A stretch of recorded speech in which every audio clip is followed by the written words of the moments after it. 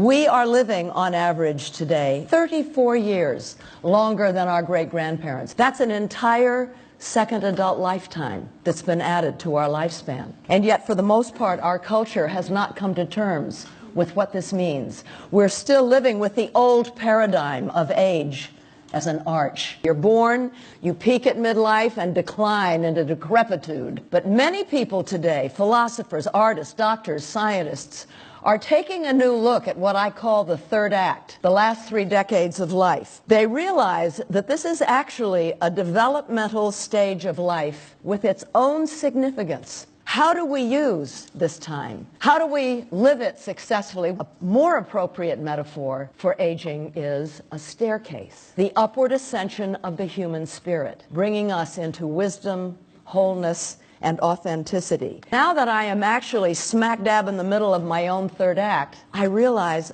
I've never been happier. The entire world operates on a universal law. Entropy, the second law of thermodynamics. Entropy means that everything in the world, everything is in a state of decline and decay, the arch. There's only one exception to this universal law, and that is the human spirit, which can continue to evolve upwards, the staircase. We're all born with spirit, all of us, but sometimes it gets tamped down beneath the challenges of life, violence, abuse, neglect. We can feel unfinished. Perhaps the task of the third act is to finish up the task of finishing ourselves. I realize third acts are important. This was my last act. How was I supposed to live it? What was I supposed to accomplish in this final act? And I realized that in order to know where I was going, I had to know where I'd been. And so I went back and I studied my first 2 acts. Perhaps the central purpose of the third act is to go back and to try,